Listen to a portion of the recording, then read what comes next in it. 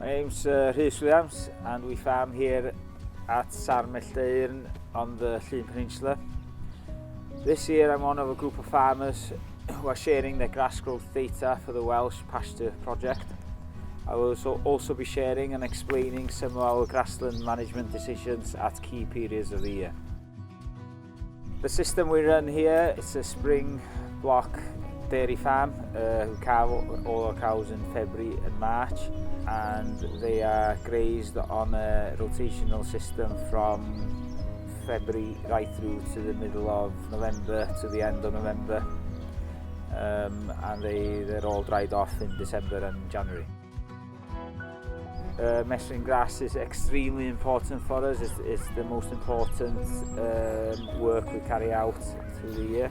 We measure every Monday from February onwards until November, and from that we can make key decisions then on a weekly basis, and we can foresee what will happen on the farm for the next 10 days.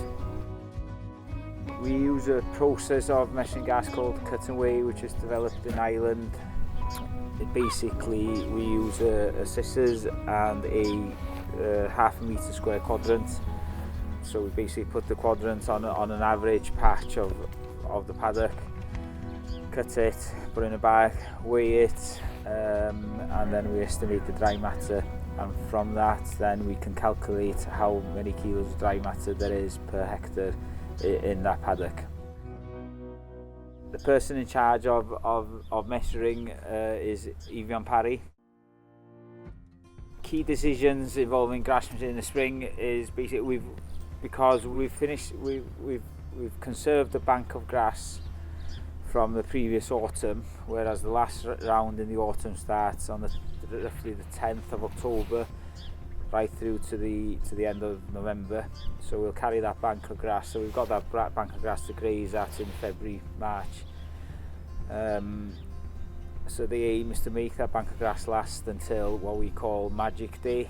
Magic Day usually happens on this farm from 25th of March to the 5th, 10th of April.